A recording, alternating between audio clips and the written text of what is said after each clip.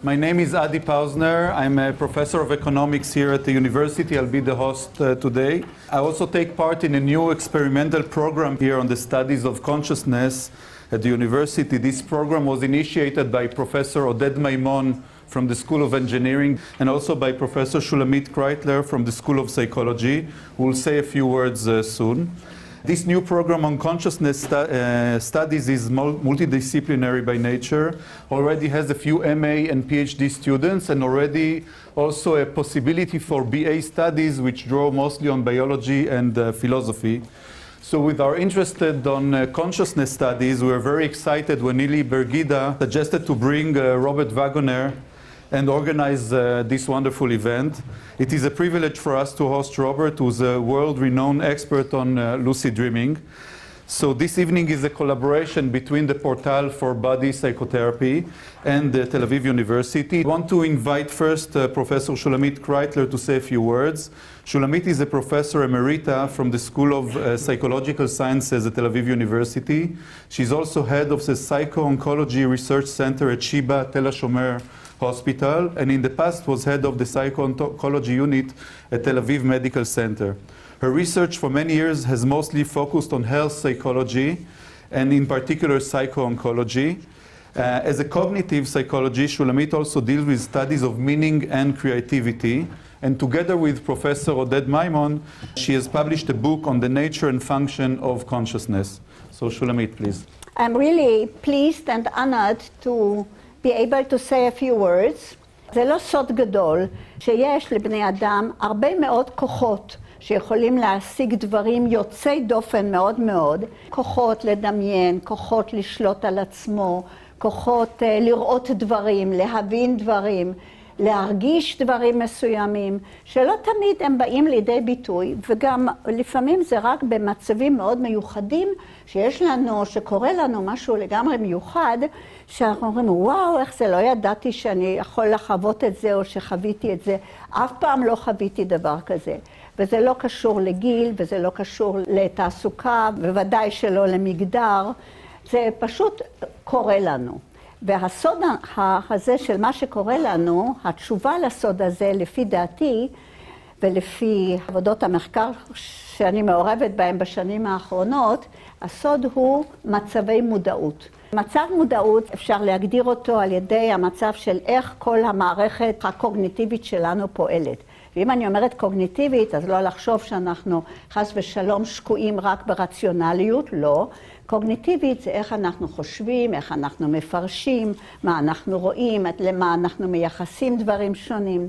ואז גם לפי זה, זה קובע גם את הרגשות שלנו, את ההתייחסות שלנו לעצמנו ולאחרים. מקובל לחשוב שיש לנו מצב מודעות, שזה המצב שלנו, של האדם המשכיל, הבריא, הער, לא רעב, לא עייף וכולי, האדם של המאה ה-21, ויש מצבי מודעות חילופיים אחרים. לא מאמינה בזה, זה לא נכון. זה פשוט לא נכון. מה שלא נכון כאן הוא שיש מצב כזה, כמו שתיארתי, אבל יש עוד הרבה מצבי מודעות. אני חושבת שאנחנו במדעי האדם ובמדעי הרפואה עוד לא התחלנו לגעת בכלל בזה. אנחנו יודעים שיש כמה מצבי מודעות שכבר נחקרו, והם שונים זה מזה בצלילות המחשבה, בעומק הרגש, באיך אנחנו מארגנים את המציאות, האם אנחנו מתמקדים על מציאות פנים, מציאות חוץ וכו'. המצב הזה של החשיבה השיטתית, הרציונלית, המבוקרת, היא פרי של מצב מודעות מסוים. יש לנו הרבה מאוד אמצעים מוכרים לנו, שלמדנו במשך מאות ואלפי שנה בכל מיני תרבויות, לעצב ולשלוט על מצב המודעות שלנו. סמים ומאכלים מסוימים, וחוסר שינה או שינה רבה מדי, היפנוזה, ולמשל בתפילת 18, ההתנדנדות, ומחול ומוזיקה ואומנות וטבע, יש לנו הרבה מאוד אמצעים. אחד האמצעים הטובים ביותר, המוצלחים ביותר, הוא תלוי בשליטה של האדם על עצמו. כן? ובלי סמים, בלי שום עניינים, בלי שום אמצעים נוספים חיצוניים, שאני לא מבקרת אותם, רק צריך לדעת שיש תמיד מחירים. עכשיו, מה שאנחנו נשמע היום זה אמצעי לשינוי מצב התודעה ולשינוי התובנה שיש לנו על המציאות ועל עצמנו באמצעים פסיכולוגיים טהוריים, שזה יביא אותנו לחלימה הצלולה. Now, there is no one who is more excited than me to listen to your lecture. Thank you very much. Nili Bergida will give us a short introduction to lucid dreaming in Hebrew. Nili is a co-owner of the Body Psychotherapy Portal, and we owe this evening to her initiative. Nili is a body psychotherapist who works with lucid dreams. She wrote an MA thesis that studied how lucid dreams can support the therapeutic process of nightmares, traumas, anxieties, bodily difficulties, sexual problems, and more. She also studies the effect of lucid dreamings on creativity, in problem solving, and on spiritual development. נילי ברגידה. שלום לכולם וברוכים הבאים. לפני שאני אציג את עצמי ומה עם חלומות צלולים, אני אשמח קודם לשתף אתכם במשהו. בזמן שהתכוננתי להרצאה הקצרה הזאת, גיליתי שגם אני, כמו 40% מהאוכלוסייה, סובלת מפחד קהל. 40% האלה אמרו במחקר שלעמוד ולדבר בפני קהל זה פחד מספר 1 שלהם, אפילו לפני הפחד מהמוות. אז עכשיו שאני עומדת פה, אני חושבת שאני יכולה להבין איך הם אולי היו מעדיפים למות ולא לעמוד פה עכשיו. חלקכם אולי חוויתם את הפחד הזה מבושה או ביוש חברתי בחלומות שלכם. ובחלום אולי מצאתם את עצמכם, עומדים ומדברים בפני קהל כשפתאום נעלם לכם לגמרי הכל. או כשהסתכלתם על הדפים שלכם, כל פעם שהסתכלתם מילים אחרות היו כתובות בהם. או חלום די נפוץ שבו אתם מגלים שאתם ערומים במקום ציבורי. כשסיטואציות כאלה קורות לנו בזמן חלום או דברים מוזרים ובלתי אפשריים קורים, רובנו נמשיך להאמין שזה באמת קורה, שזאת המציאות. אנחנו נרגיש בושה או פחד וננסה איכשהו להתמודד עם המצב. אבל ישנם כ-20% באוכלוסייה, ואולי אפילו יותר פה היום באולם, שהטילו ספק באמיתיות של הסיטואציה. החולמים האלה השתמשו בחוויות הלא הגיוניות האלה כשער להיכנס לתוך חלום צלול. אז שלום לכם שוב, שמי נילי ברגידה, ואני פסיכותרפיסטית גופנית שמשלבת עבודה עם חלומות צלולים, שותפה בפורטל לפסיכותרפיה גופנית, וחולמת צלול ב-22 השנים האחרונות. פגשתי את רוברט כשכתבתי את התזה שלי, שעוסקת בשילוב של חלמה צלולה בתהליך טיפולי, ומאוד התרגשתי כשרוברט פנה אליי וביקש את עזרתי להרים את הערב המיוחד הזה. אז מה עם חלומות צלולים? חלום צלול זה חלום שבו החולם מודע לכך שהוא נמצא בתוך חלום. המודעות הזאת מאפשרת או ליזום התעוררות, או להשפיע על הפעילות בחלום באופן אקטיבי, או להתבונן במהלך החלום באופן פסיבי. בחלום רגיל אנחנו מגיבים למה שקורה בחלום, ואנחנו יוצרים איזשהו נרטיב. אנחנו חסרים רמת מודעות ביקורתית. לעומת זאת, בחלום צלול אנחנו יכולים לבחור איך אנחנו מגיבים. אנחנו נמצאים באיזושהי רמת מודעות שמאפשרת לעצמנו רפלקציה. ואז בעולם החלום אנחנו יכולים לחפש תובנות, אנחנו יכולים להתנסות, ואנחנו יכולים לערוך ניסויים בתוך עולם החלום. דוקטור סטפן לברג', שהוא מומחה עולמי בתחום, ומי שהוכיח את התופעה ברמה המדעית באמצע שנות ה-70 של המאה הקודמת, ורוברט ירחיב על זה עוד מעט, הוא מסביר בצורה מאוד יפה את ההבדל בין חלום רגיל לבין חלום צלול. הוא אומר כך: ברוב החלומות שלנו, העין הרפלקטיבית הפנימית שלנו עצומה. אנחנו ישנים בזמן שאנחנו ישנים. ישנן אפשרות אינהרנטיות משמעותיות במצב החלום, אבל קשה לנו לנצל אותן אם אנחנו מזהים אותם רק אחרי שהתעוררנו. למזלנו, בעוד מצב האיגנורציה הזה הוא על פי רוב הכלל, זהו איננו הכלל היחיד. היוצא מן הכלל קורה כאשר אנחנו מתעוררים בתוך החלום, בלי להפריע למצב החלום ובלי לגרום לסיומו. בזמן חלומה צלולה אנחנו נעשים מודעים לחלוטין לעובדה שאנחנו חולמים, ולכן גם לעובדה שאנחנו ישנים. לכן במובן מסוים אפשר להגיד שאנחנו בו זמנית גם ישנים וגם ערים. הערכות הן כי כ-50% מהאוכלוסייה חוו חלום צלול לפחות פעם אחת בחיים שלהם. וישנם כ-20% באוכלוסייה שחווים חלומות צלולים באופן קבוע, זה אומר לפחות פעם אחת בחודש. בממוצע, החלום הצלול הראשון נחלם בגיל 12 עד 14, החלום הצלול הספונטני, כשהטריגר הוא על פי רוב סיוט. אם יש פה מישהו שיש לו ילד בגיל 6, תשאלו אותו, אולי הוא חלם חלום שבו הוא ידע שהוא חולם. לפי המחקר, יש סיכוי של 25% שהוא יגיד לכם כן. מגיל 6 ישנה עלייה בשכיחות עד גיל 16, שבו התדירות מתחילה לרדת. אבל חשוב לזכור שהיכולת לחלום חלום צלול זה משהו שאפשר ללמוד אותו בבגרות, וחילקנו לכם מין מדריך מקוצר כזה בכניסה, בדף השני יש כמה טכניקות שאפשר ממש לתרגל אותם. רוב החולמים ממשיכים לקחת תפקיד אקטיבי בחלום, כדי לשנות את העלילה ואת התוכן שלו, והם מתכננים מראש בעירות מה הם הולכים לבצע בחלום. תעופה, שיחות עם דמויות מהחלום, וסקס הם הפעילויות הכי שכיחות בחלום צלול. חולמים צלולים מבינים שהם עצמם מכילים את החלום. גם אם הם ממשיכים לקחת את התפקיד הראשי במשחק החלום שלהם, הם אינם מזדהים באופן מלא עם החלק שאותו הם משחקים. הם עוברים בחופשיות דרך קירות כלא החלום, מודעים לעובדה שאלה עשויים מאשליה. וכך הם יוצאים החוצה אל העולם הגדול יותר של התודעה. המעבר הזה לצלילות משנה את עולם החלום באופן מוחלט, ומאפשר כניסה למצב תודעתי אחר. במצב הזה ניתן להתמודד עם פחדים ועם סיוטים, לפתור בעיות בצורה יצירתית, ניתן ללוות תהליך התפתחות פסיכולוגי, ואפשר גם במקום הזה להיכנס למרחבים חדשים שמאפשרים חקירה רוחנית. החלום הצלול הראשון שלי לא קרה באופן ספונטני. כשהייתי בת 15, מצאתי במקרה ירחון מדעי, כשבפנים היה מאמר שעסק ב-Lucid Dreaming. המאמר תיאר בפירוט מה זה חלום צלול, איך אפשר להגיע לצלילות בחלום, ומה אפשר להפיק ממודעות בתוך חלום.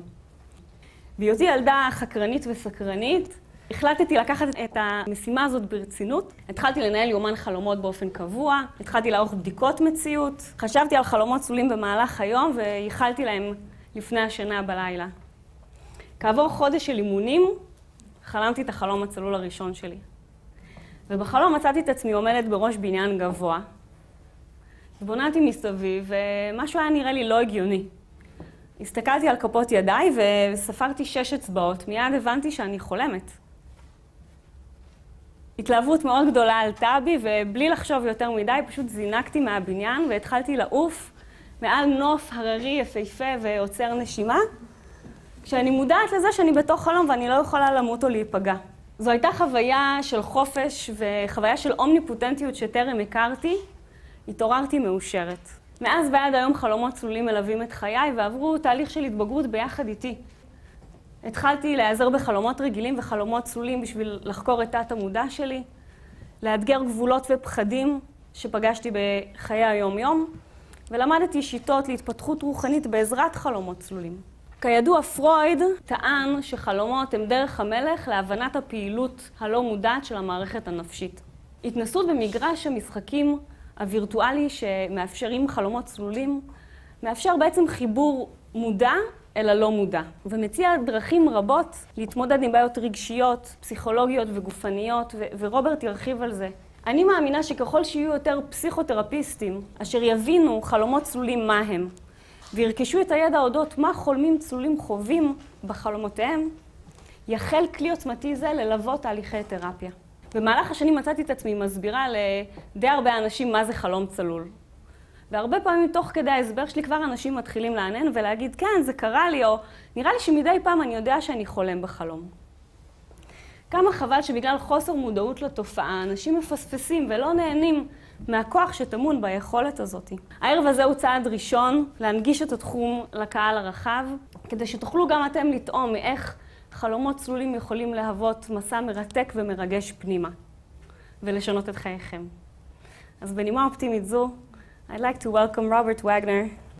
And I will present him first. Robert is a lucid dreamer since 1975. He has logged more than 1,000 lucid dreams. He's an author of Lucid Dreaming, Getaway to the Inner Self, and Lucid Dreaming, Plain and Simple, Tips and Techniques for Insight, Creativity, and Personal Growth. Robert is the past president of the International Association for the Study of Dreams, and for the past 10 years he's been the co-editor of the online magazine, The Lucid Dreaming Experience. Robert Waggoner.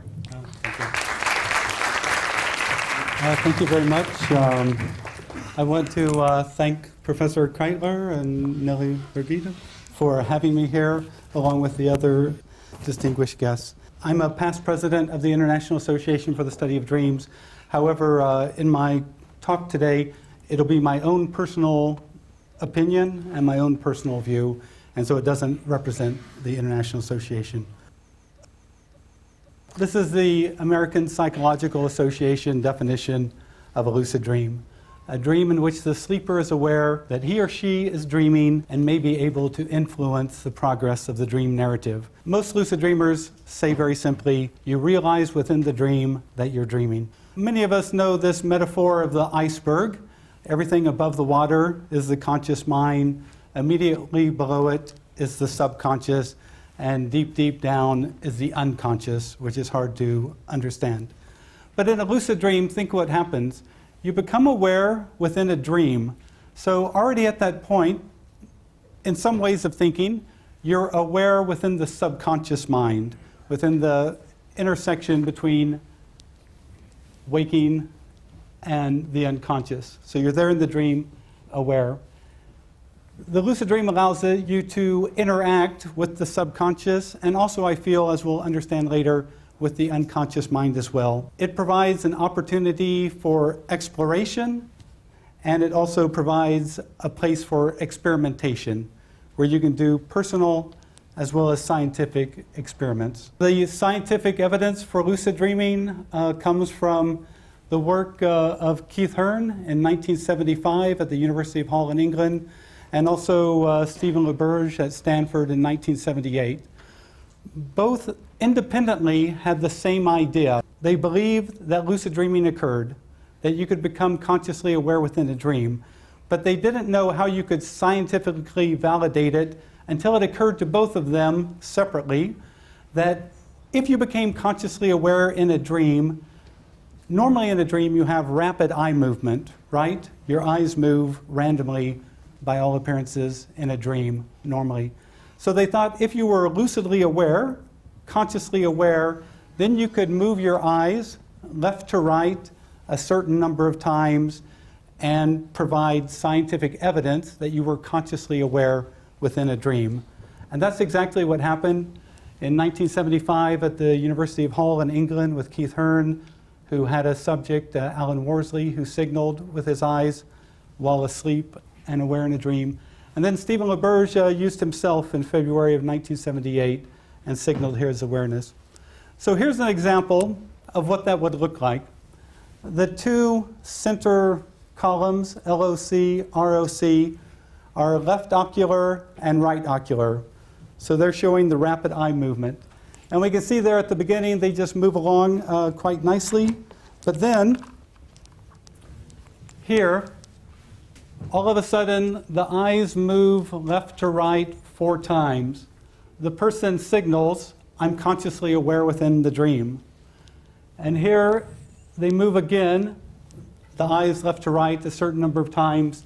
Again, the person is signaling. So this is how they would do it. They might say, signal 4 times when you're aware, signal 6 times when you're starting the experiment, signal 6 times again when you're ending the experiment, and signal right before you wake up and then wake up. And so this was the hard evidence that convinced the science of dreaming, psychology, that lucid dreams occur. It's interesting that lucid dreaming has also been studied recently by various neurologists. Here's just one example of Ursula Haas in Germany, along with J. Allen Hobson from Harvard and some other researchers. What they did is they brought a lucid dreamer into the sleep lab. They put EEG scalp recordings on the person to get 19 channels of information. They discovered that lucid dreaming, they called it a hybrid state of consciousness because it showed simultaneous activation of the dreaming brain and parts of the frontal lateral cortex. So I'll explain the diagram here. This is the person while awake. So you can see their cerebral cortex is quite active. Here at the bottom, we have the person dreaming. And so you can see by the color range that there's not much activity in the cerebral cortex. Here in the middle, we can see lucid dreaming. This is when the person is lucidly aware. All of a sudden, parts of the frontal lateral cortex, the cerebral cortex, the newer part of the brain light up and are activated. And so this was an interesting graphical demonstration of what the brain looks like through this recording when lucidly aware. Lucid dreaming is actually relatively prevalent when they do studies with college students. This is from the International Journal of Dream Research. They asked college students, have you ever become consciously aware of dreaming while in the dream state? In the US, 71% said yes, they'd had that experience at least once. In Germany, 82%. In the Netherlands, 73%. In Japan, 47%. Then they asked, do you become consciously aware at least once a month in your dreams? And then about 20% said yes, that they became consciously aware at least once a month. And so it shows you that actually lucid dreaming is relatively prevalent, especially more so among the young, because they've heard about it through Hollywood and other books and the work of Stephen LaBerge and others. Now that I've said that, how many people here feel that they've had a lucid dream, that they've realized within a dream? So about 70%. Can I ask, has anybody here had more than 50 lucid dreams? Okay. Has anybody here had more than 500 lucid dreams? There are some people you meet who become lucidly aware every night. And oftentimes these are people who had nightmares as a child, and they finally learned to deal with the nightmare by becoming consciously aware. And so they taught themselves at a very early age, and they become lucidly aware almost every night, and are oftentimes the people used in the research studies. There was a study by Melanie Schadlick at University of Heidelberg, along with Daniel Erlacher, where they asked lucid dreamers to say what they did when they became consciously aware in a dream. 81% said they like to use lucid dreaming to have fun and play. And so basically they danced, they played, they had lucid dream sex, they did those kind of things. There's another group, about 29%, who said they use lucid dreaming to access creativity. An example is I was giving a talk on Iowa Public Radio, which is kind of like the BBC. It was on dreams, lucid dreams, and creativity. A gentleman called in. He said he was a graduate of the Iowa Writers Workshop that was run by Kurt Vonnegut. And this gentleman said that whenever he had trouble with his novel, he would become lucidly aware, and he would ask the novel characters to come to him. And then when the novel characters came to him, he would ask them, what's wrong with this novel? And so you can imagine the dream characters telling him, oh, you never should have killed Aunt Mary in chapter 3. We need her at the end of the book to reveal Grandpa's secret, or something like that. Another guy called in to say that he was a professional rock musician. When he became lucidly aware, he would do something like, when I go into that next building, I'll hear rock lyrics that I can write out when I become, and I can wake up and know. So you can see how people play around with this. Stephen LaBerge had an interesting story of a gentleman who said he was a computer programmer. When he would become lucidly aware, he would call out for Albert Einstein. And he and Albert Einstein would sit at the table and work on software code problems that he had at work. He said as soon as they figured it out, he'd tell Einstein to go away. He would memorize it all, and he would take it to work in the morning. And he said 99% of the time it was perfectly correct. So that's how people are using it to access creativity and enhance their skills. 63% of the people in this study said they use lucid dreaming to help reduce nightmares or to deal with nightmares. And that's something we're going to be talking more about later, the idea of using lucid dreaming for emotional health. But there's other deeper ways of using lucid dreaming, and I'm going to bring up one of them in depth, which is the idea of physical healing. Could you, from that state of being consciously aware within a dream, affect your physical body to promote physical health? And so we're going to talk about that a little bit more as we go in deeper. Also, lucid dreaming is a way that you can explore the nature of consciousness. And I was talking to some of the professors about the consciousness studies program here. I give talks sometime in the US at universities that are using lucid dreaming as a way of maybe thinking about, can we understand consciousness without understanding the subconscious and the unconscious, the foundation? Maybe lucid dreaming is a way we can do that. And finally, there's the idea of spiritual growth. In the Buddhist tradition, there's a 2,000-year tradition of dream yoga, of using lucid dreaming along with their philosophy to explore things and come to great realizations. My first point that I want to make is lucid dreaming does not mean control. The metaphor I use in my book is the sailor does not control the sea, neither does the lucid dreamer control the dream. So think of a sailor on the sea. The sailor has to deal with the winds and the waves and the boat. His sailing knowledge, all of that he has to relate to, and hopefully he'll get eventually where he wants to go, but it's not guaranteed. That's how it is much with a lucid dreamer. You have to relate to the dream figures, to the dream environment. You have to relate to your own abilities, your own understanding, and it doesn't mean that you control the dream. So here's an example. This is from a lucid dreamer. The lucid dreamer says, I asked the dream figure, do you know I'm dreaming you?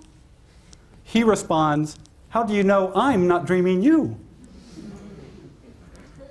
Then I say, well, look, I can fly. The dream figure responds, well, look, I can fly too. And so they kept trying to outdo each other, but at the end, they both had the same abilities. Whose dream was that? How can you call that you control the dream if you have this kind of encounter? So lucid dreamers influence the dream, and they direct their awareness within the dream, but they can't say that they control the entirety of the dream. Here was a dream sent to me by a young man at my book's website. His name was Brandon. And he writes, hi, Robert.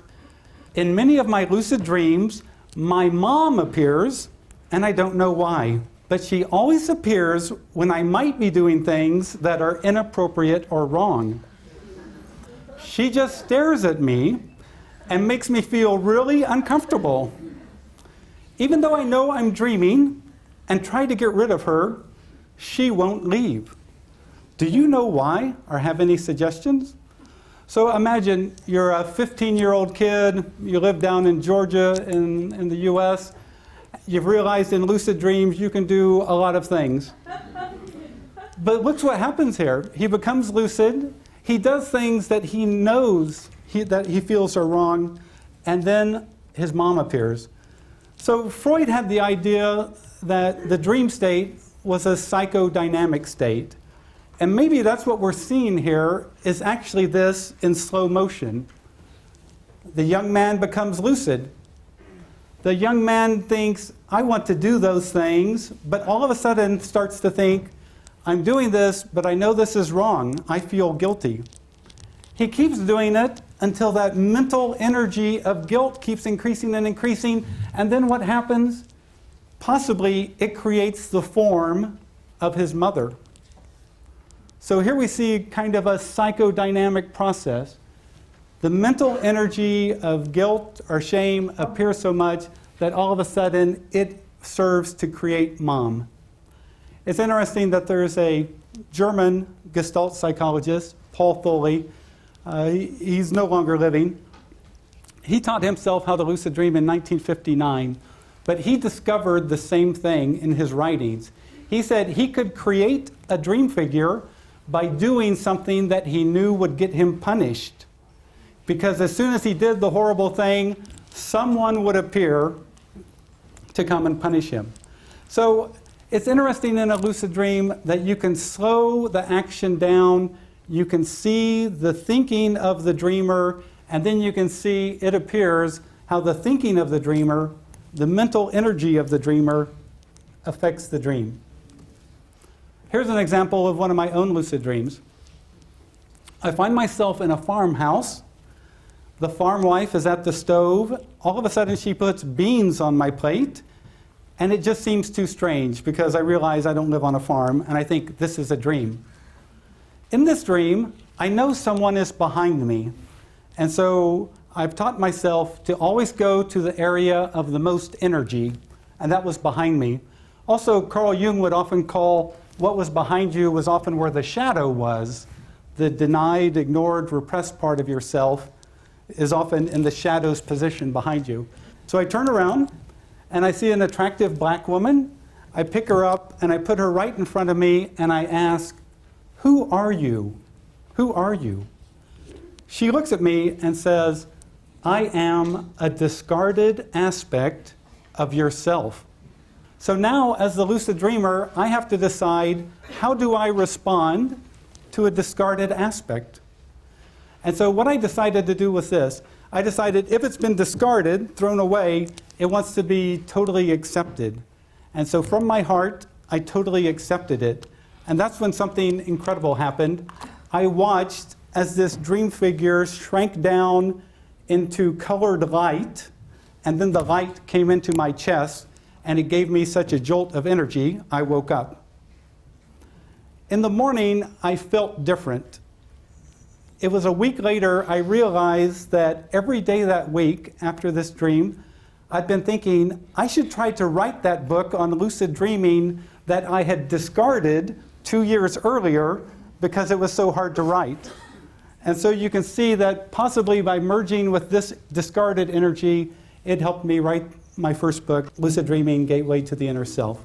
But you can see here too, the difference in dream figures. This dream figure has a lot of energy if it's a discarded aspect of myself, because I wrote about 60 pages and couldn't get any further, and then I gave up on the project. This dream figure can respond to me. We can have a conversation. The young man, Brandon, who created his mom, she is all of 5 seconds old. She doesn't have very much mental energy. She cannot respond. This dream figure, by comparison, can. So it might be that you could study the difference in dream figures just due to this idea of mental energy. Because I'll tell you, as a lucid dreamer, you realize all dream figures are not created equal. They're very different. So here's another example of why lucid dreaming doesn't mean control. So lucid, you become aware and you fly through this wall because you know the wall is just dream stuff. On the other side, you feel surprised because you see a castle and a white horse. If you controlled the lucid dream, then who made the castle and the white horse? You're surprised to see it. So you can see that there's more processes going along than just personal control. Also, for a lot of lucid dreamers, they have this experience. I begin to fly, but I get so excited that I wake up. If you control the lucid dream, that wouldn't be the case. So my point here is really an important one as you get deeper into lucid dreaming. You influence the dream and you direct your awareness within the dream, but you don't control it. Lucid Dreaming by Gordon Holliday. He was a therapist who helped a person who had recurring nightmares from post-traumatic stress disorder overcome the recurring nightmares by becoming lucid. So what he suggested to them is become lucidly aware and change one thing in the dream. Even if it's a small thing, just change one thing in the lucid dream. That's all you have to do. And normally those people reported an immediate decrease in the recurring nightmares. Others have suggested that you become lucid and question the figures. For example, I think it was Rosalind Cartwright, who was a therapist in Chicago and worked on dreams quite a bit. She had a client who was always being chased by 3 women in this recurring nightmare. So she told the woman, okay, the next time you're being chased by the 3 women, realize that it's a dream and turn and ask them what they want. So the client went home, went to sleep, had a lucid dream, became aware the recurring nightmare was happening. Oh yeah, she realized this is a dream. She turned and asked the 3 women, who are you? What do you want? And they replied, we are your anxieties. You call us to you. And so that made the woman realize that she had to begin to deal with her anxieties and just not make it the therapist's problem, that she really had to come to terms with her anxiety. Finally, there's the suggestion by Frank Galvin and Ernest Hartman. They suggested that possibly a person in a lucid dream could confront or conquer the figures. So here's a lucid dream account that came from here in Tel Aviv. Henry Abramovich, in the Israel Journal of Psychiatry, professor in the medical school here at Tel Aviv. The nightmare of returning home, acute onset dream anxiety disorder treated by lucid dreaming. A client came to him. The woman said she had a recurring nightmare of being chased by a train. It was bothering her so much that she hadn't slept in 3 days. As they talked, he realized that she had had lucid dreams before, and he suggested to her that she become lucidly aware and change something in the lucid dream. The client became lucid because the train was coming after her. She threw the train switch, and all of a sudden the train had to go a different direction. He reports in this study, she seemed a changed person and felt profound relief after just this one incident. So that's the interesting thing about a lucid dream, is oftentimes when you become lucidly aware in a nightmare, the recurring nightmare, that the intensity of it, it just evaporates. Here was a story in the magazine that I co-edit, the Lucid Dreaming Experience. A woman worked on 767 Boeings at Chicago O'Hare Airport. One day she's working on it, and the plane came free from the moorings and rolled over her legs as she watched. She was in the hospital for 6.5 months. She had to have one of the legs amputated, but the thing she hated the most was falling asleep, because she always had recurring nightmares of being chased. She read a book on lucid dreaming and remembered that she used to do that as a child, and in the book it suggested that it might have healing potential for cases like that. So that night she became lucidly aware because the recurring nightmare was happening again. She said, "Hey, I'm running, but I only have one leg." And so at that moment she realized this was a dream. She faced the monster, she just looked at it, she smiled and waved goodbye and took off flying. And she reported after that her nightmares basically ceased, and she could finally, for the first time in months, have a normal night's sleep. So this isn't to say that it'll resolve all the issues of post-traumatic stress disorder, but it will help with this very important one of getting a normal night's sleep. Now, for someone like me who has an interest in investigating the use of lucid dreaming, could lucid dreaming help with other mental and emotional disorders? And I think there's, again, some anecdotal evidence for that. A woman wrote me, she said, "I want to come to the International Association for the Study of Dreams conference, but I have a fear of flying. I'm a good lucid dreamer. Could lucid dreaming help me overcome my fear of flying?" So this is what I suggested to her. I said, every time you become lucidly aware, go to the lucid dream airport. If you feel okay, get on the lucid dream airplane. If you still feel okay, let the lucid dream airplane take off. At any time, you can end the dream because you know it's just a dream. She did this 5 times. One time she told me she even got to the airport and yelled, "I love airports, I love airplanes," just to help her larger awareness get that feeling of security. She said after the 5th lucid dream of flying away in the airplane, she woke up, she knew her fear of flying was over.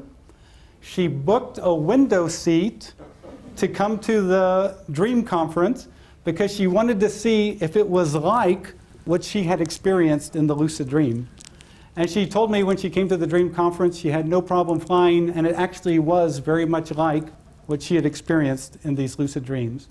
So you can see here how you can kind of take an idea from psychotherapy of exposure therapy to deal with phobias or gradual desensitization.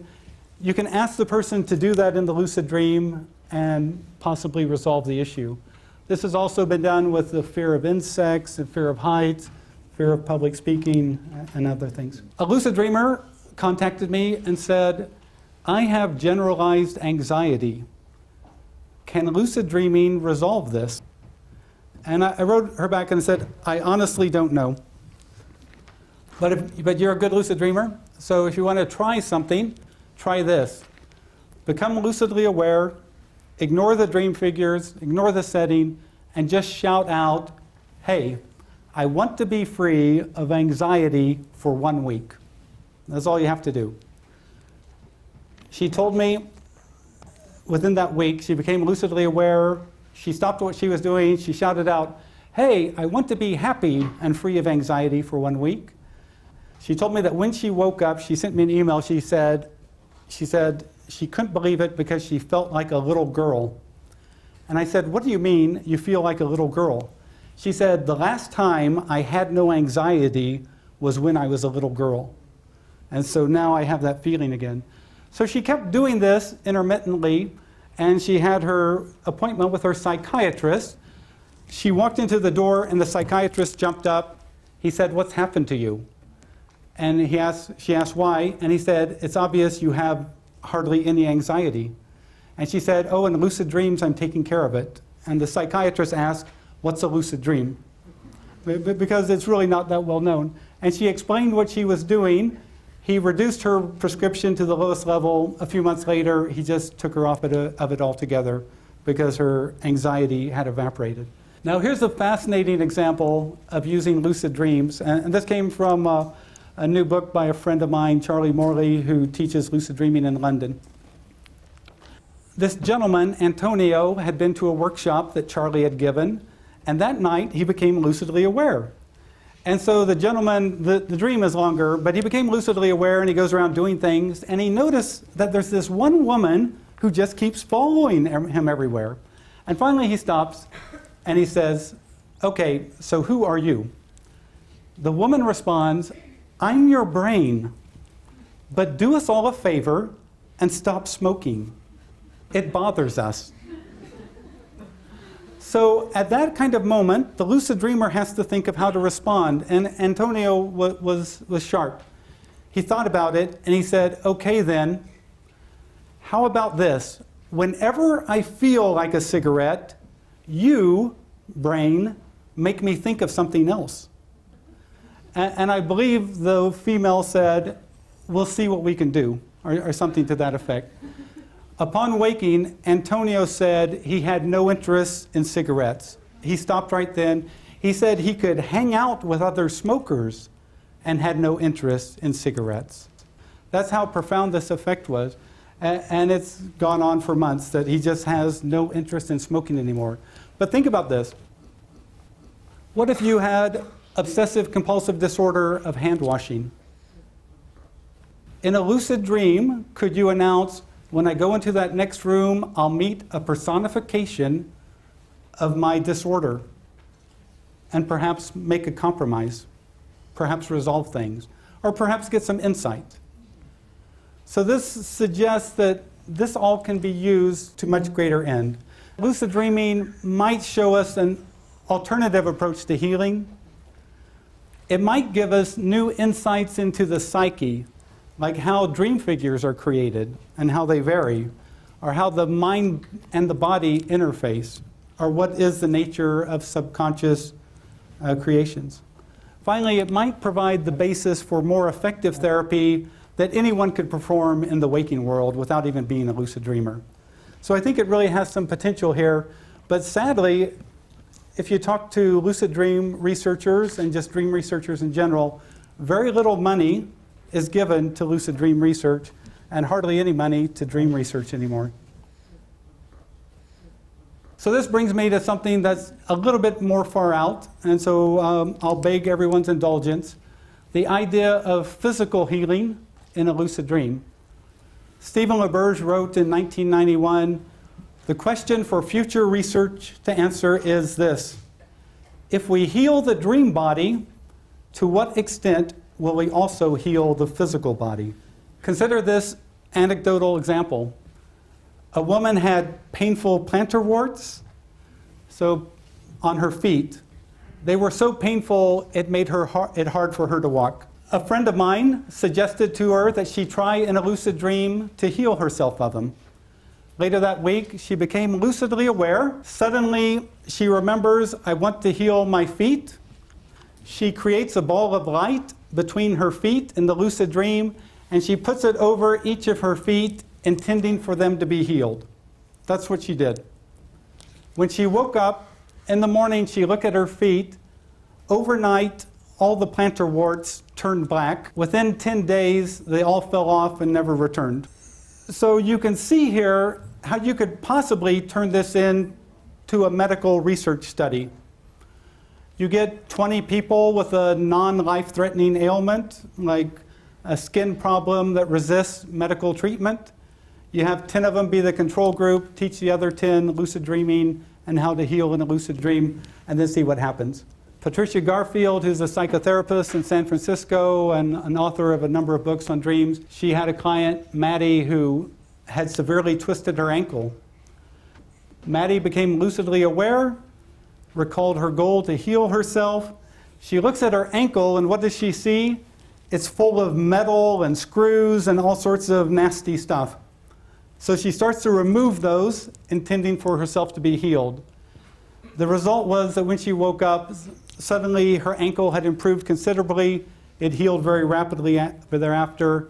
Patricia Garfield has other examples in her book, The Healing Power of Dreams, but she said the potential for healing in lucid dreams is enormous. I believe there's kind of proof of concept for this idea in the research by Stephen LaBerge. So think about this. In a lucid dream, he moves his eyes. What happens? His physical eyes move. He did a study where he told the lucid dreamer, when you become lucidly aware and signal your awareness, start the experiment. In the lucid dream, clench your right fist, clench your left fist, and do that in an alternating motion in the lucid dream, because we have these sensors on your arm to measure your muscle activity. When they looked at the readings of the sensors, they could see that muscle movement in a right-left action at a subliminal level or a small level. So there was a physical result. He had lucid dreamers do this, become lucidly aware and begin to sing. What happened? The right brain hemisphere showed greater activation. He had another set of lucid dreamers become lucidly aware and begin to count, do mathematics. There, a left brain hemisphere activation resulted. So you can see that the brain hemispheres responded to the lucid dream action. He had a set of lucid dreamers change their breathing in a lucid dream. The corresponding change occurred in their physical body. And then he also did an experiment on this, because if you talk to lucid dreamers, you'll realize that a lot of lucid dreamers have lucid dream sex. And so he brought in 2 excellent lucid dreamers, and he had them all wired up. So I know the woman who was the lucid dreamer in this case. I think she had 17 channels of physiological information that the nurse put on her and in her to do this experiment. She became lucidly aware. She signaled she was lucid. She signaled that she had found a suitable dream figure to have relations with. They had relations. She signaled that she was finished, and then she woke up. LaBerge, in this study, said of the 17 measures, 15 of them were almost exactly like what the actual physical act would be. There were 2 that weren't quite as pronounced, and those were the heart rate and the respiration, because, again, this is a mental act and not a physical act. But he said, his quote was, lucid dream sex has as powerful an impact on the dreamer's body as the real thing. So that's the point that I'm getting to, is we've already seen in Stephen LaBerge's research, it shows the proof of concept that the lucid dream action can affect the physical body. This idea of physical healing, you just have to imagine setting up a scientific experiment where a lucid dreamer become consciously aware, understanding the principles of how to heal in a lucid dream, and give that a try in a scientific laboratory experiment. In 1975, I was a junior in high school. I was reading this book by Carlos Castaneda, his 3rd book, Journey to Ixtlan. Do people know who Carlos Castaneda is? He was a UCLA graduate student who went to the Southwest United States to try to meet a Native American and learn about psychoactive plants like peyote and mescaline. So he meets this shaman, Don Juan, and in this book, Don Juan, his shaman, tells him, I want you to find your hands in the dream state and become aware of dreaming. There weren't any instructions of any consequence, so I just made up my own technique. And this is what I did as a junior in high school, because I knew about the power of suggestion. I looked at my hands as I went to sleep, and for 5 minutes, I would mentally repeat to myself, tonight in my dreams, I'll see my hands and realize I'm dreaming. Tonight in my dreams, I'll see my hands and realize I'm dreaming. Tonight in my dreams, I'll see my hands and realize I'm dreaming. And I went on and on and on and on like that for about 5 minutes until I was so sleepy that I went to sleep. On the third night of doing this, if you can imagine, I'm walking through my high school hallway when all of a sudden, boom, my hands pop right in front of my face, and I say, oh, my hands, this is a lucid dream. This is a dream. And it was so amazing to realize that these figures over there that were football players, those are dream figures. And the wall that I could feel was cool and nubby, I knew it was actually a mental projection. It was mental energy. It was a projection of my mind. I went on to have a very fascinating lucid dream that went on for quite a long time. But after that, I was just hooked. I thought, this is incredibly cool. The only problem was, this is 1975. The evidence didn't emerge in the popular press until 1981, when I was a student of psychology at Drake University. But finally, in 1981, the evidence came out. So the thing is, I had to learn by doing. I had to learn through my own interaction with the dream. So like any good teenager, at first I just played around. In a lucid dream, I learned how to fly like Superman. One time I became lucidly aware. I saw my friend Andrea. There were all these gems on the stairway. I picked up a gem and I said, hey, Andrea, what does this represent? And the dream figure, Andrea, looked at me and said, hope and consciousness. I thought, whoa, a dream figure has told me what a dream symbol means within the dream. I thought, this is amazing. So you could walk on water, you could go through walls, you could explore the psyche, like the holodeck in the Star Trek series. I began to realize that the dream state, it wasn't chaos, it wasn't random, it seemed to follow principles. First, it would reflect my beliefs. So here's an example. I was on that radio show with Iowa Public Radio. I mentioned in one program that in a lucid dream, there's no such thing as gravity. It's a mental construct. Gravity doesn't exist. So a woman heard that, and the next month when I was on, she called up and said, you know how there's not gravity in a lucid dream? And I said, yeah. She said, I became lucidly aware. I remembered, oh yeah, in a lucid dream there's no such thing as gravity.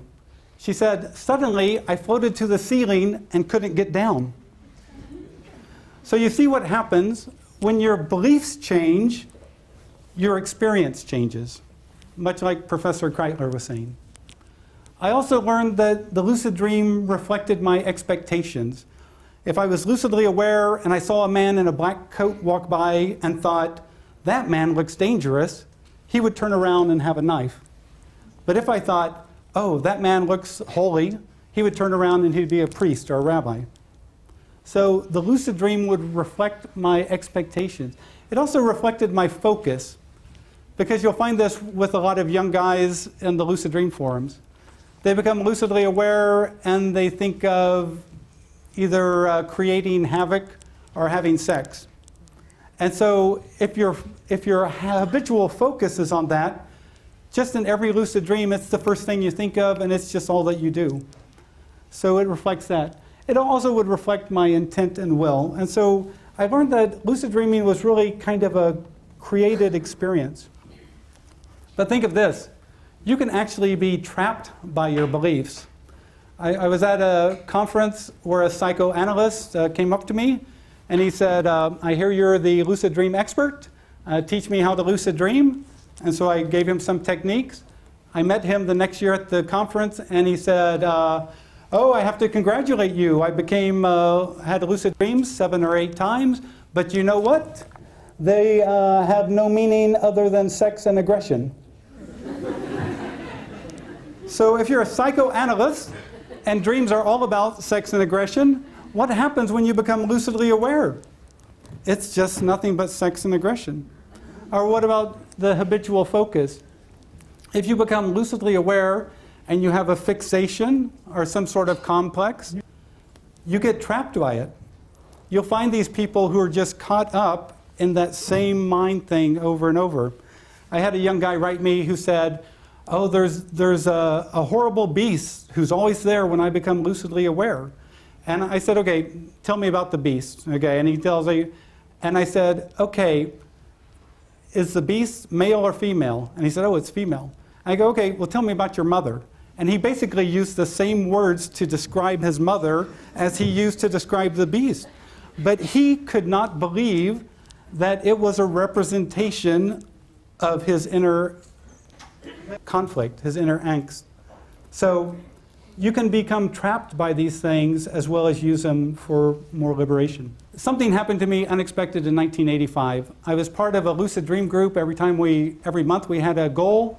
1 month the goal was become lucidly aware and find out what the dream figures in your dream represent.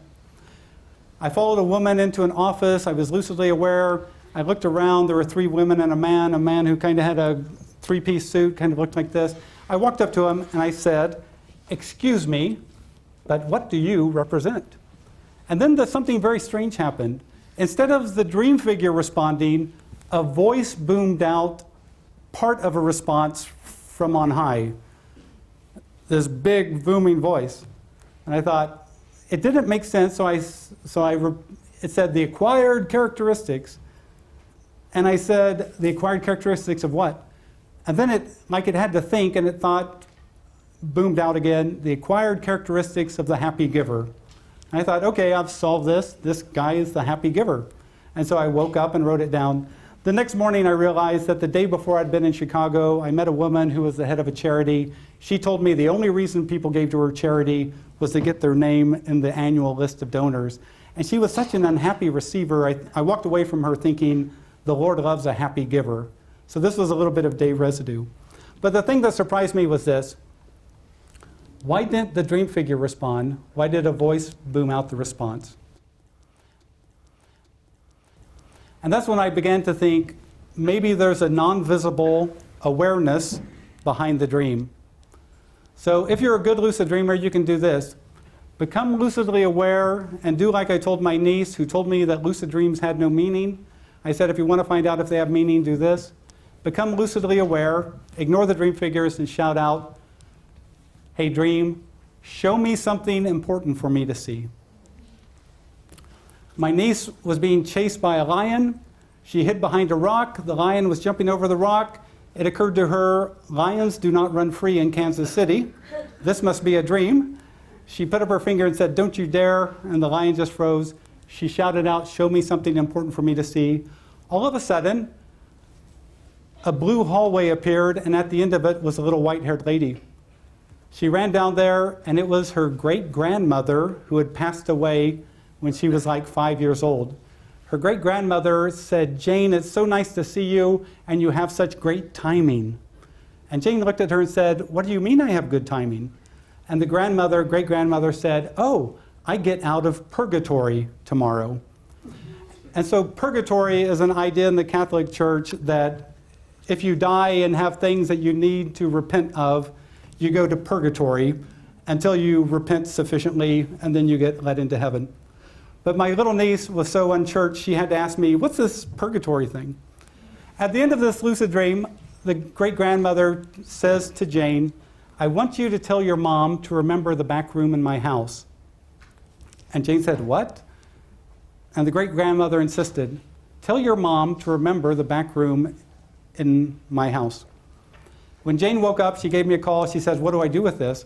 I said, you're the person who said lucid dreams have no meaning. If you want to find out if it has meaning, call up your mom and ask her what's the deal with the back room of great-grandma's house. She calls her mom. Her mom begins to cry. Her mom says the happiest moments in her childhood occurred in the back room of great-grandma's house. That there, every Saturday, the grandchildren could come over and dress up as kings and queens and princesses. And so Jane was stunned to hear that that really had some meaning for her mother. This awareness behind the dream, though, sometimes refutes a request. One time a woman who was the head of the forum Lucid Dream for All, Pascal Ortain, she announced show me the beginning and end of the universe. That's what she requested of awareness behind the dream. It responded, the universe has no ending or beginning. The universe is an everlasting cycle. So you can see in that example, it refutes. Another example, my friend Ed Kellogg, he decided he wanted to experience hyperdimensionality, like in string theory. So he became lucidly aware. He announced that he wanted to achieve hyperdimensionality, and this non-visible voice announced, you are not ready for an experience of this depth at this time. You are too unfocused and distracted. It asked him to come back when he wasn't as unfocused. And he put in parentheses that there was a woman in a bathing suit in his lucid dream. And so he yelled out for the whole thing to cancel, and it came to an end. But what I'm trying to say here is this awareness behind the dream, which you can try in a lucid dream, it seems to show perception, memory, feeling, imagination, will, judgment, reflection. Things that Carl Jung said that if it could be shown that we had a second psychic system with that it would be of absolutely revolutionary significance and that it could show the existence of this other psychic system. Because when I get accounts of people interacting with this awareness behind the dream, it always seems to be interested in educating and instructing. It responds, but only when asked. And it doesn't seem to have any sense of trying to take over the ego or the waking self. And so it seems like a way that the larger awareness can communicate with the waking self. Because you can ask to have conceptual experiences. I was in London, told people there, if you want to have an interesting experience, just shout out, let me experience unconditional love. 6 months later, I was back in London. A woman came up. She told me in a lucid dream she had done that, shouted out, let me experience unconditional love. She said the resulting experience was so profound that she cried tears of joy for 15 minutes. She said that's how incredible it was. So you can ask to experience concepts. You can take it much further than you might imagine. So here's some of my suggestions as I come to the end here.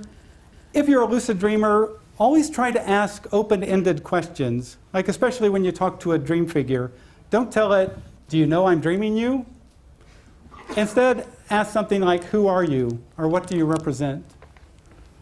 Also in lucid dreams, examine your habits. If you see something scary and always fly away, what's being resolved? If your habitual response is to fly away, nothing's happening. That same issue will remain. If you can, in lucid dreams, try to go to the area of the most energy. If there's a conflict or a celebration or whatever it is, go there, see what's happening, get in touch with that. See how lucid dreaming helps you examine your beliefs. If you believe that you have to swim through the air to fly, and you're afraid about falling, you still believe in gravity in a lucid dream. If you stop believing in gravity in a lucid dream, you can fly around like Superman. You can fly feet first, upside down and backwards. And finally, if something in the lucid dream presents itself as fearful, like an angry dog or a monster, do what I do. Send it love and compassion. If you send it that mental energy of love and compassion, oftentimes you'll watch it shrink down into a very simple figure. So those are some of my suggestions. Finally, to end on a historical note, back in 1676 or 73, this Antony van Leeuwenhoek from the Netherlands, he improved the lens of the microscope. So now instead of 20 times magnification, it got up to 200 times magnification. He was one of the first people to observe single-cell organisms because of that ability. When he sent his results to the Royal Society in 1676, they couldn't believe it because up to that time, no one had ever seen a single-cell organism. And so I understand their doubts and their concerns. But lucid dreaming might be a similar tool that we can begin to understand and explore this unconscious mind and see it as it actually exists. And so you might be surprised by what you might find there, much as I'm sure Van Leeuwenhoek and others were surprised when things became more magnified and they could explore the microscopic world. Most lucid dreamers come to understand there's levels of lucid awareness. So imagine this. You're having an experience where you see Uncle Fred, but you know Uncle Fred passed away 10 years ago. But your mom tells you to get Uncle Fred a cup of coffee. So on one level, you know Uncle Fred doesn't exist anymore, but your mom has asked for you to get him some coffee. And so you get him some coffee. And so you have semi-lucidity. You understand that something is wrong. You understand that something's out of place, but you're not fully lucidly aware. You don't go, oh, wait, Uncle Fred died 10 years ago. Oh, this is a dream. So, you still cooperate. And so there's been some studies by Tracy Kahn and Stephen LaBerge. She calls this evidence of higher order cognition in regular dreams. So in a regular dream, we might begin to think some pretty higher order cognitive thoughts, make decisions, make plans, I don't want to do this, make those kind of announcements. So we have that kind of cognitive behavior in regular dreams, at least according to Tracy Kahn. But in lucid dreams, we realize within the dream we're dreaming, and then we can make choices and decisions and all that sort of thing. So there's all these various levels. And even some lucid dreamers say there's super lucid. And in a super lucid dream, I can remember my name, my social security number, my phone number. I can remember the 3 next goals that I wanted to achieve and how I wanted to achieve them. I can remember all of that because I'm so fully aware. So just because you're lucidly aware, you're just at one state. You can go higher or you can return to a regular dream. So levels of awareness vary in the dreaming and also in the lucid dreams. If you find yourself in that state, what I recommend, if you want to wake up, just try to move your little finger, try to move your toe, follow your breathing until you relax out of it. Or if you want to have this state into a lucid dream, this is what Ryan Hurd, who's written a book on sleep paralysis. He says, if you find yourself in sleep paralysis, don't be afraid. All of a sudden, with your mind, visually imagine like flying over the Mediterranean Sea, over the beach. Imagine yourself flying over it. And then, he said, if you give it enough mental energy, normally you'll find yourself flying over the beach in a lucid dream. And so you can move from this state of the traumatic state of sleep paralysis into a lucid dream if you use your mind to focus on an imagined scenario. But it's hard to talk about every type of trauma that might occur. The interesting thing, because lucid dreaming allows for experimentation, you can do all sorts of experiments. If you want to experiment with space and time, you can experiment with space and time. If you want to experiment with trying to enter someone else's dream, you can try that experiment. So all I'm saying is you can try those kind of experiments, and some lucid dreamers have. Some claim success, and others claim no success. But if you try it yourself, then you can determine for yourself. Normally what the experience is that when you wake up from a lucid dream, you have a feeling of a lucid afterglow. You feel very empowered and like you've accomplished something, and very strong and content.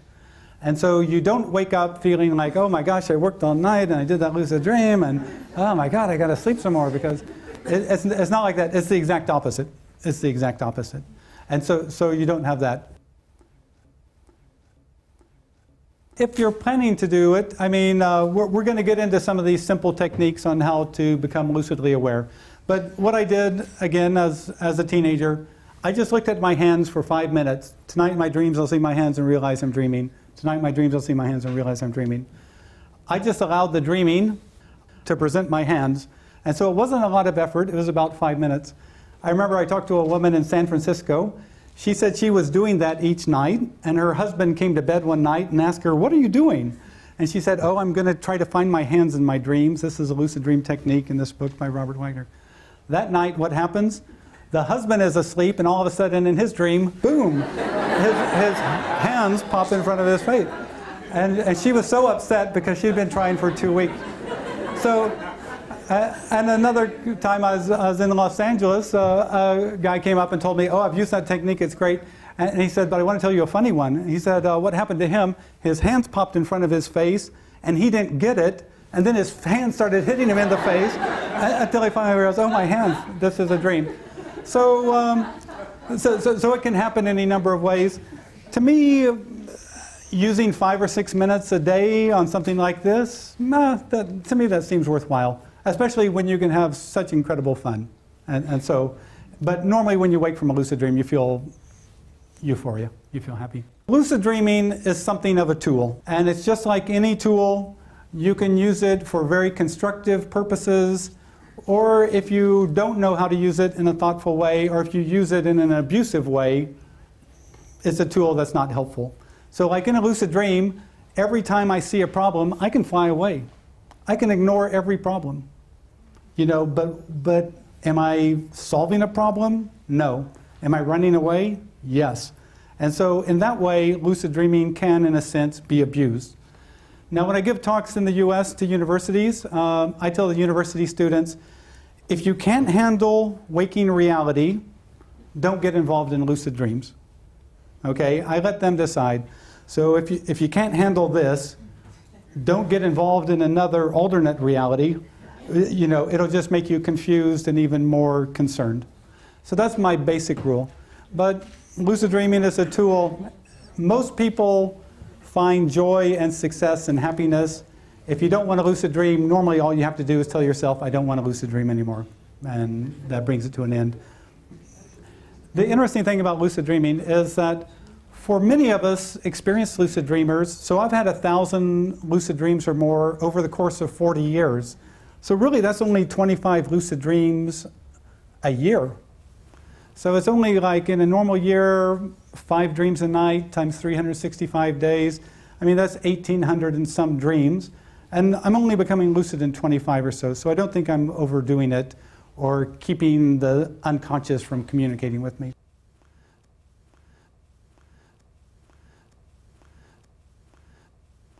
Again, the definition of a lucid dream is realizing within a dream that you're dreaming. Okay, you see a dinosaur, you think, wait a second, dinosaurs don't exist. Oh, this must be a dream. Okay, but when you read accounts of out-of-body experiences, someone has a heart attack, and now they're floating above their body. Someone has a car crash, now they're floating above the car scene. Someone's falling asleep, and what happens? They hear humming and vibration, and all of a sudden they see themselves floating out of their body. Where's the dream? There is no dream. So an out-of-body experience, if it truly is out-of-body, I mean, that's up to debate, but an out-of-body experience is, by definition, different than a lucid dream. In a lucid dream, we realize within the dream that we're dreaming. In an out-of-body, it normally happens in these other states. So I say, to some degree, they're similar, but they're similar like a house cat and a mountain lion are similar. You know, you do not want to bring a mountain lion home. I mean, it's a different experience.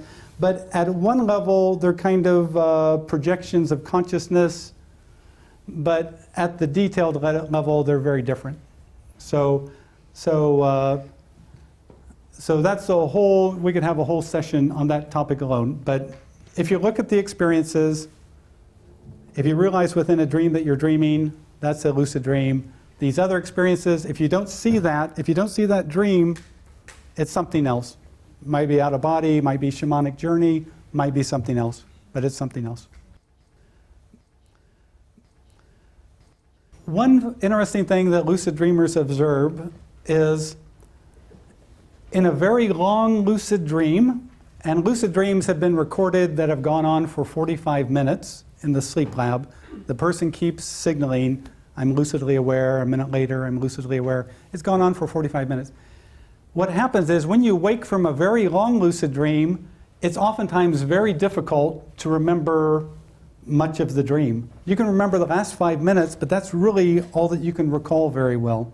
So that's why, like in the example of when I had the monthly goal to find out what a dream figure represents, as soon as I find out what he represents, I wake up because I know if I go too long, the memory will dissipate and I won't be able to remember it. So if you're doing an experiment in a lucid dream, as soon as you've done your experiment, got the results, wake up and write it down, because otherwise your memory, it'll be hard to remember. Here's an interesting thing about lucid dreams that's not obvious. There's 3 things that happen when a lucid dreamer wants to wake up. Okay, probably 80 or 90% of the time they wake up in bed and they write down their lucid dream. Sometimes though, they have what's called a false awakening. So I'm having a lucid dream, I tell myself, oh, the lucid dream is collapsing, I'm going to wake up. All of a sudden, I think I've woken up. I roll over in bed. I start to write down my lucid dream in my dream journal, but it's already written down. And I think, how did it get there? And I think, oh no, I'm still dreaming. Boom, I wake up. That's a false awakening. Or you might think you've woken up, you walk out into the bathroom, and now you have pink carpet. And you think, when did we get this pink carpet? This is weird. And then you realize, oh, I'm still dreaming. So that's a false awakening. Now, the only problematic thing of false awakenings is if you have them one after the other. If that goes on for a while, that can be a little bit scary. In my experience, I had 7 false awakenings in a row. By the 7th one, I told myself, if I wake up and have a wife with dark hair and 3 kids and a station wagon, I'm just going with it, because I just don't want to keep, waking up in these similar realities. The 3rd thing is you can have an experience of what people call the void. You realize the lucid dream is coming to an end, then all of a sudden all the visuals disappear.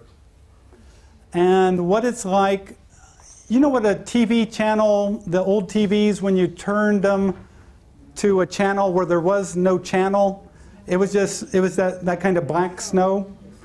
It's kind of like that. That's the experience of the void. You're in this space, and it's just kind of this sparkling darkness. If you know what to do, and what you should do is maybe grab your invisible arm or keep your mind going, you can watch a lucid dream form around you. Like you'll be hanging out in the void, this sparkling darkness, then all of a sudden a bush appears there, and a tree appears there. Now there's a hill there, now there's a car there. You can watch the beginning of a lucid dream in these void experiences. But what's interesting is the void is something that lucid dreamers all around the world talk about. And so it makes you wonder, in the kind of Carl Jung's idea of objective psyche, is there an objective psyche? Why do we have these similar experiences? Why can my lucid dream book be written in other languages and other cultures, and people have the same experiences and we can have a conversation? It's because there are certain principles, there are certain rules, there are certain common features that occur. But those are the 3 ways. Wake up, have a false awakening, wake up or find yourself in the void, and eventually, hopefully, you'll make it back to this reality and can tell about your experience.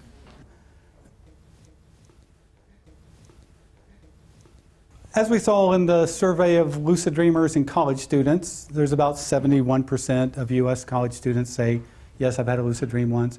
If you ask the general population, then you get closer to 51% or so. Now, I've given workshops. I do sometimes month-long online workshops. People from all over the world come, and some of them have never had a lucid dream. But some of them, in their 70s, have their first lucid dream and learn how to lucid dream. It does take effort. It takes persistence. If you're philosophically opposed to lucid dreaming, you probably will not be a good lucid dreamer. Okay? If you fear lucid dreaming, you probably will not be a good lucid dreamer. If you cannot remember your dreams, you will likely not be a very good lucid dreamer either. So I can kind of profile people. I don't know if that does any good, but people who have an interest, who are engaged in the topic, who want to learn, almost always, I'd say probably 85% ultimately can have a lucid dream.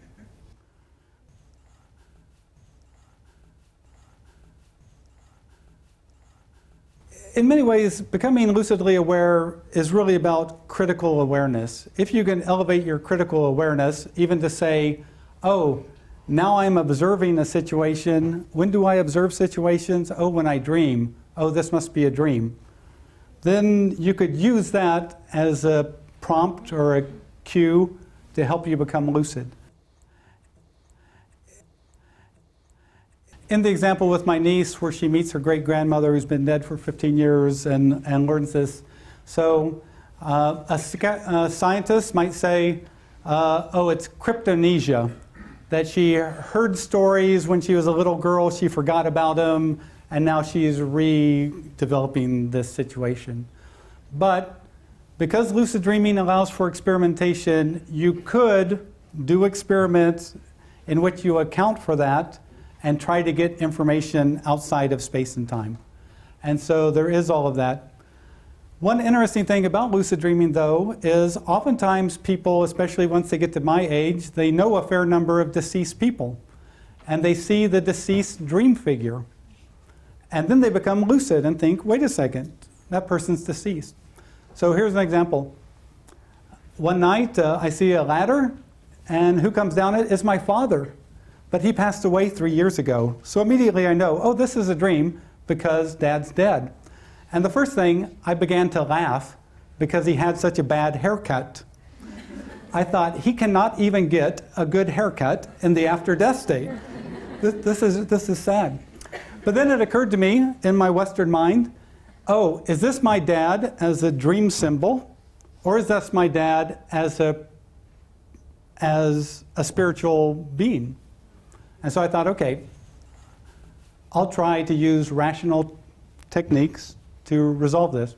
So we greeted each other, and the first thing I said, hi, Dad, you're from the land of the dead, so tell me, when do you think Mom's going to pass away? And my deceased dream figure of my dad said, oh, probably in 2 to 6 years. And I said, of what? He said, a heart attack or a heart condition. I asked him a couple more questions, and then he told me, you have to be quiet because I came to tell you things. And then he told me some things, and I woke up, wrote down the lucid dream. 23 months after that lucid dream, my mom goes to the hospital and almost dies of a heart condition. She never had heart trouble ever before that time. Then 3 years after that, she goes back to the hospital, and because she's been given a prescribed drug that was harming her heart, she almost died again. But she made it through that 2 to 6 year period and continues to live. She's 90 years old now. But it's interesting. Did I get that information from the spiritual essence of my father? Did I get it from the collective unconscious? Did I make it up?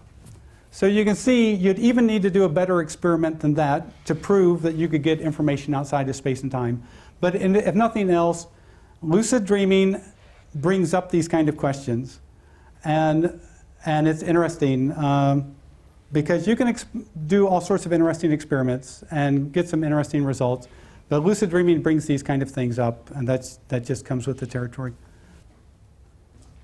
Some of working with lucid dreaming is understanding the concepts of what's possible.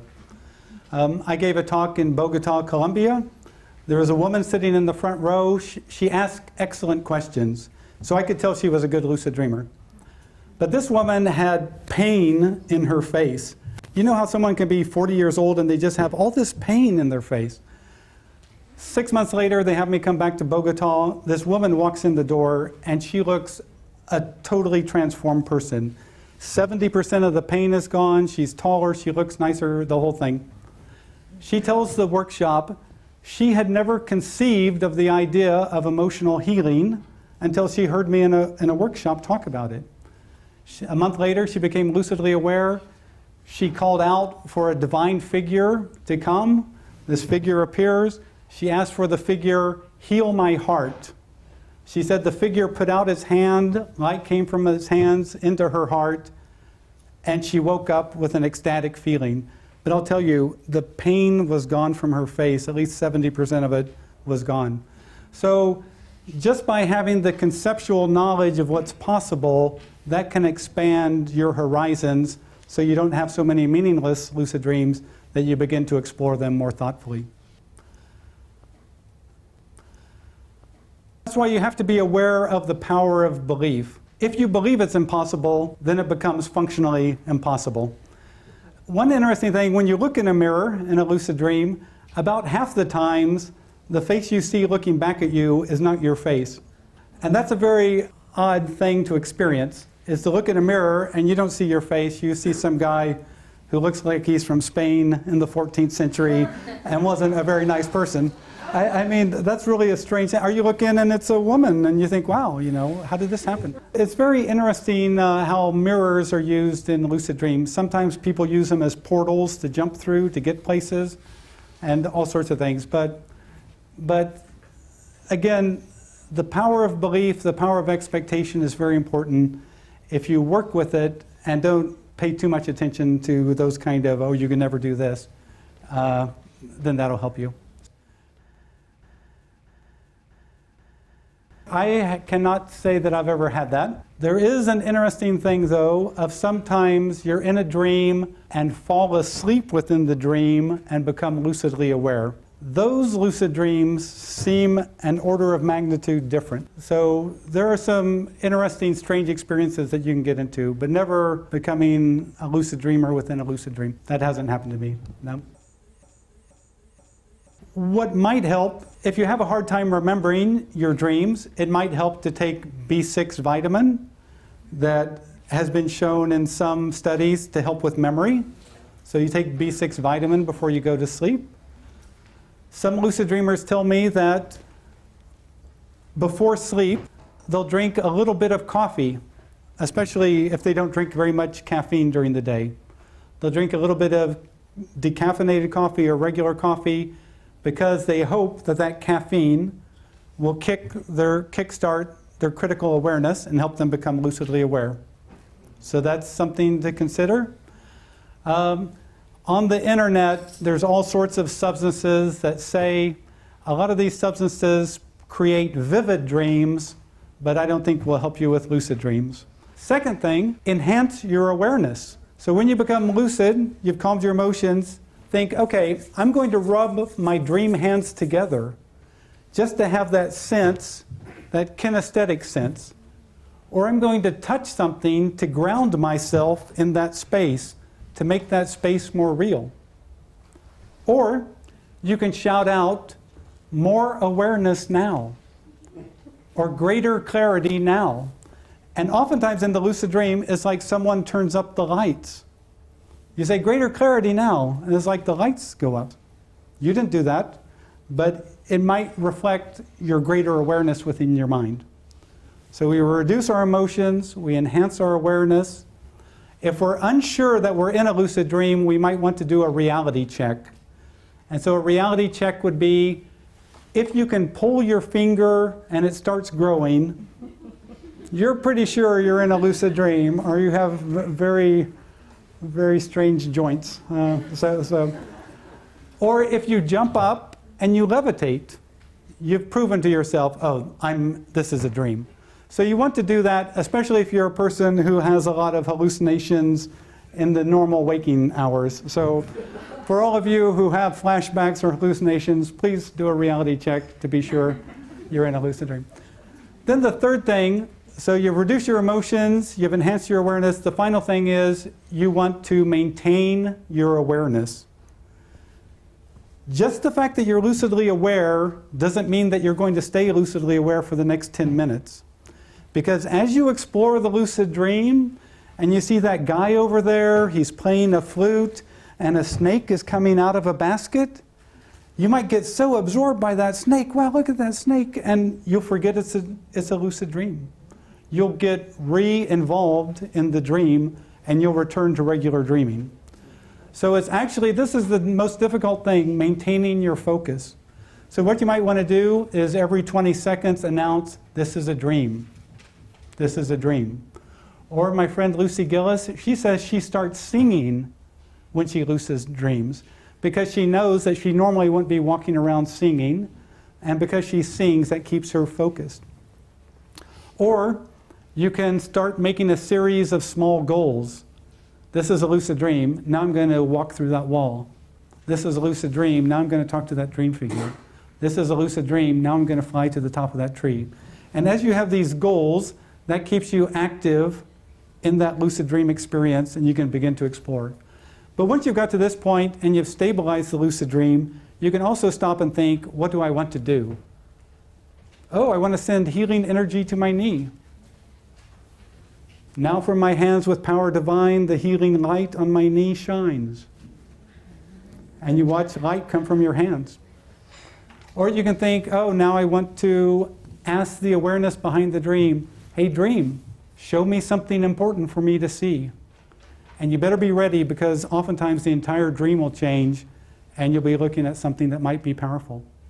My co-author of this book, Lucid Dreaming, she asked in a lucid dream, show me my greatest fear. All of a sudden, who do you think is in front of this woman? Her mom, not her mom. Not herself. That would have been good, though. It's the Grim Reaper. It's death. And she sees, oh my God, it's death. Oh my God, death is in front of me. She got so freaked out that she woke up. And then as she turned over in bed, guess who was lying by her in bed? She was having a false awakening, and death was right by her. And she got so freaked out. Then she woke up for good. She said she spent a month thinking about this.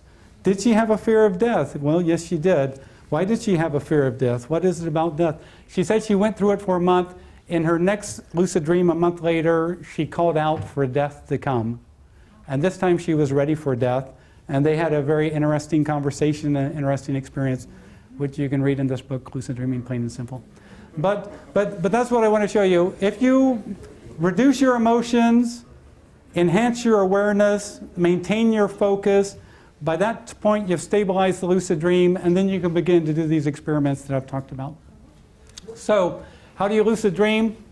In 5 minutes. So, here's the thing. I think this idea of finding your hands in the dream is a good idea. It's much like behavioral conditioning. Like Ivan Pavlov, who would ring a bell when he fed dogs. Every time he fed the dogs, he rang the bell. Feed the dogs, ring the bell. Feed the dogs, ring the bell. Then he could ring the bell and the dogs would salivate. He had conditioned them to respond to the ringing of the bell. So when you look at your hands while telling yourself, tonight in my dreams I'll see my hands and realize I'm dreaming, tonight in my dreams I'll see my hands and realize I'm dreaming, you're associating the sight of your hands, this stimulus, with the thought, this is a dream. Boom, this is a dream. Boom, this is a dream. Open the door. Oh, my hands, this is a dream. Climb a ladder. Oh, my hands, this is a dream. You are creating, you're conditioning yourself. The nice thing about this, too, you do it before you go to sleep. It doesn't involve a lot of complicated stuff. Wake at 4 in the morning, do this for 30 minutes, meditate, blah, blah, blah.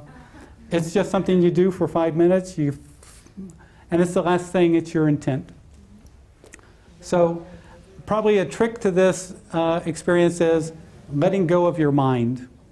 If you can look at your hands while telling yourself, tonight in my dreams, I'll see my hands and realize I'm dreaming, at a certain point you can let go of your mind, and almost in all of those nights, my hand appeared and I've become lucidly aware. Okay, the second thing I suggest is use the power of suggestion. So before you go to sleep, tonight in my dreams, I will be more critically aware, and when I see something strange, I'll realize I'm dreaming. So what you're trying to suggest is you're going to be more critically aware, because that's what we lack in a lucid dream, is critical awareness. Tonight in my dreams, I'll be more critically aware, and when I see something strange, I'll realize I'm dreaming. Tonight in my dreams, when I see something strange, I'll be more critically aware and realize I'm dreaming. You just repeat a suggestion like that over and over to yourself. So the third thing actually has some scientific data behind it. Stephen LaBerge and a lot of lucid dreamers had independently discovered if you wake 2 hours before normal time, so let's say you normally wake at 6 in the morning, set the alarm to wake at 4 in the morning. Wake up at 4, think about lucid dreaming, read about lucid dreaming, meditate, then 15, 30 minutes later go back to sleep with the intent to lucid dream. Those people who did that were 5 to 10 times more likely in this scientific study by Stephen LaBerge to become lucidly aware. So that's called wake back to bed. You disrupt your normal sleep cycle. You wake up 2 hours before normal, stay awake for 15 or 30 minutes thinking about lucid dreaming, reading about it, go back to sleep. It's very likely you'll have a lucid dream. So those are 3 ways that you can become a lucid dreamer. I've done all 3 of them. There's other ways, of course. There's many other ways, but that should help you. But remember, reduce your emotion, enhance your awareness, maintain your focus, then you'll have stabilized the lucid dream.